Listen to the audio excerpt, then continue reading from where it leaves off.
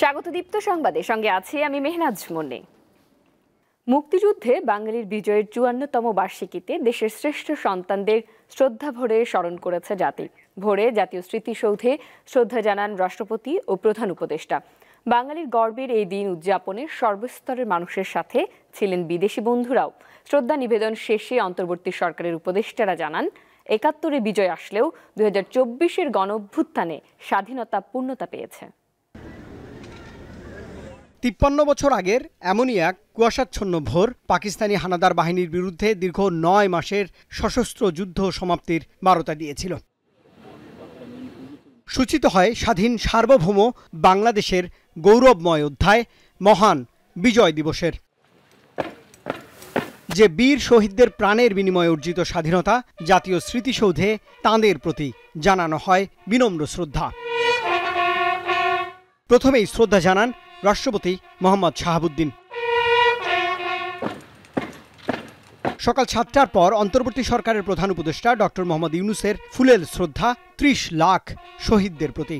এ সময় তাঁর সঙ্গে শহীদ বেদিতে পুষ্পমাল্য অর্পণ করেন পূর্ব তিমুরের রাষ্ট্রপ্রধান জোসে রামোস হোর্তা। শ্রদ্ধাবনত জাতি সশস্ত্র সালামে স্মরণ শহীদদের। এ সময় অন্তর্বর্তী সরকারের উপদেষ্টারা জানান, ৭১-এ বিজয় আসলেও ২০২৪-এর গণঅভ্যুত্থানে স্বাধীনতা পূর্ণতা পেয়েছে। ১৯৭১ সালে আমাদের বিজয় আসলেও, আমাদের স্বাধীনতা আসলেও সেই স্বাধীনতা ছিল অরক্ষিত। আমাদের ২০২৪-এর বিজয়ের মধ্য দিয়ে আমাদের স্বাধীনতা পূর্ণতা পেয়েছে এবং ২০২৪-এর এই বিজয়ের মধ্য দিয়ে আওয়ামী ফ্যাসিস্ট মুক্ত দেশে জনগণ প্রকৃত বিজয়ের স্বাদ অনুভব করছে। ৭১ থেকে ২৪ এবং আমাদের এই স্বাধীনতা এবং মুক্তির যে সংগ্রাম, এই চলমান সংগ্রামে আমরা দেশবাসীকে সাথে নিয়ে একটা সুন্দর বাংলাদেশ গড়ার যেই প্রত্যয় তা সফল করতে চাই। আমরা চাচ্ছি যে বাংলাদেশ এই স্বাধীনতা ধরে রাখুক এবং জনগণ আমাদের সাথে এবং সব দায়িত্বশীল মানুষের সাথে জনগণ একসাথে চলুক এবং বাংলাদেশ ঐক্যবদ্ধ হোক। যুদ্ধাহত মুক্তিযোদ্ধা সহ সামরিক বেসামরিক ঊর্ধ্বতনদের শ্রদ্ধা নিবেদনের পর সাভার জাতীয় স্মৃতিসৌধের প্রধান ফটক উন্মুক্ত হয় সর্বসাধারণের জন্য। উচ্ছ্বসিত সাধারণ মানুষের ঢল নামে বিজয় উৎসবে। লাখো শহীদের রক্তস্নাত হাজার বছরের আরাধ্য স্বপ্ন স্বাধীনতা, তাও এসেছে ঠিক ৫৩ বছর আগে ১৯৭১-এ। এই ভূখণ্ডের মানুষের ঐক্যের কারণে পরাজিত হয়েছে পাকিস্তানি হানাদার বাহিনী। জন্ম নিয়েছে লাল সবুজের সার্বভৌম বাংলাদেশ। শত শত মায়ের সন্তানদের আত্মত্যাগ এবং হাজার হাজার মা বোনের সম্ভ্রমের বিনিময়ে অর্জিত বিজয় নিশান আজও বাংলার বুকে উঠছে নির্ভয়ে স্বমহিমায়। রুবায়েত হাসান, দীপ্ত সংবাদ, জাতীয় স্মৃতিসৌধ, সাভার, ঢাকা। ৭১-এ মহান মুক্তিযুদ্ধে বীর শহীদদের প্রতি শ্রদ্ধাবনত গোটা জাতি। তাদের স্মরণে সারা দেশে চলছে নানা আয়োজন। প্রথম প্রহরে রাজশাহী কলেজ শহীদ মিনারে পুষ্পস্তবক অর্পণ করেন বিভিন্ন শিক্ষা প্রতিষ্ঠান, রাজনৈতিক, সাংবাদিক, সামাজিক ও সাংস্কৃতিক সংগঠনের নেতৃবৃন্দ।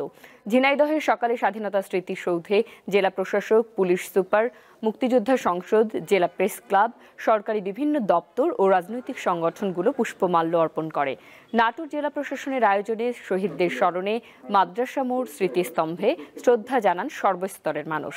এছাড়া দিনাজপুর ও পটুয়াখালী সহ অন্যান্য জেলাতেও যথাযোগ্য মর্যাদায় উদযাপিত হচ্ছে মহান বিজয় দিবস।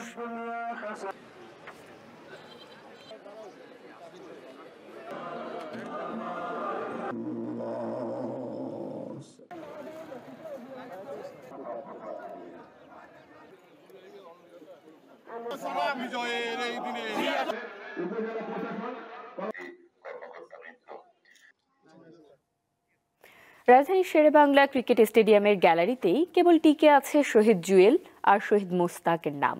জাতির এই দুই বীর সন্তানকে নিয়ে দেশের ক্রিকেটে নেই আর কোনো প্রচার। স্মৃতিচারণ করতে গিয়ে তাই নানা আক্ষেপের কথা জানালেন ক্রীড়াঙ্গনের বীর মুক্তিযোদ্ধারা। স্বপ্ন ছিল টেস্ট খেলবেন দেশকে স্বাধীন করে, পূর্ব পাকিস্তান নয় বাংলাদেশের হয়ে। আজাদ বয়স থেকে শুরু করে মোহামেডান, কায়েদ আজম ট্রফিতেও জাত চেনান নিজের। তবে পাক হানাদারদের নির্মম নির্যাতনে সে স্বপ্ন অধরাই থেকে যায় আব্দুল হালিম চৌধুরী জুয়েলের। অপরজনের খ্যাতি ক্রিকেট সংগঠক হিসেবে, নেশা ছিল প্রতিভাবান ক্রিকেটার তৈরির। স্বপ্ন দেখতেন এসব ছেলেরা বিশ্ব ক্রিকেট দাপিয়ে বেড়াবে, প্রতিনিধিত্ব করবে স্বাধীন বাংলাদেশের। তবে তিনিও পাকিস্তানি হানাদার বাহিনীর গণহত্যা থেকে রেহাই পাননি। 1971 সালের 25শে মার্চ কালোরাতে নিজের প্রিয় আজাদ বয়েজ ক্লাব প্রাঙ্গণে নির্মমভাবে খুন হন মোস্তাক আহমেদ। ক্রীড়াঙ্গনে শহীদদের কোনো তালিকা না থাকা ও তাদের যথাযথ মর্যাদা না দেওয়ার আক্ষেপ এ মুক্তিযোদ্ধার কণ্ঠে। এই পর্যন্ত জানে না who is Mustaq, who is Jewel. স্টেডিয়ামের নামকরণ করতে পারছি না, ফাইন। প্রত্যেক স্টেডিয়ামে তো এরকম ঢাকার মধ্যে স্ট্যান্ডের নামটা তো দিতে পারি, বা একটা গেটের নাম দিয়ে দিতে পারি, মুস্তাক গেট, এবং একটা লিখে দিতে পারি উইজ ইউ। সেভাবে তাহলে তো তাদের প্রতি আমরা স্মরণ করতে পারি। মহান মুক্তিযুদ্ধের সম্মুখ যুদ্ধে অংশ নেন শওকতুর রহমান চিনু। ক্রিকেটার থেকে পরবর্তীতে আম্পায়ার হিসেবে গড়তে চেয়েছিলেন ক্যারিয়ার। তো বড় একটা জ্বলন্ত ইতিহাস, এই ইতিহাসটাকে কখনো সেভাবে কেউ মূল্যায়ন করেনি। খেলোয়াড়দের কথা তো বাদই দিলাম, খেলোয়াড়রা তো তাদের তো মূল চেতনা থাকে, তাদের ফোকাস থাকে তারা সবসময় to give something for the nation. শহীদ জুয়েল ও শহীদ মুস্তাক, পাক বাহিনী হয়তো এই দুজনের দেহকে ছিন্ন বিচ্ছিন্ন করেছে, কিন্তু তাদের স্বপ্ন একদিন বাস্তবায়ন হবে এমনটাই প্রত্যাশা বিবেকমান মানুষের। ঈশান হাসান, দীপ্ত স্পোর্টস।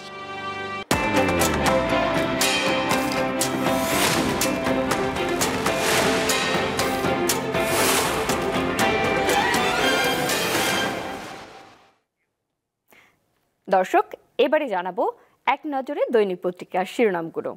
আমার হাতে প্রথমে আছে দৈনিক ইত্তেফাক।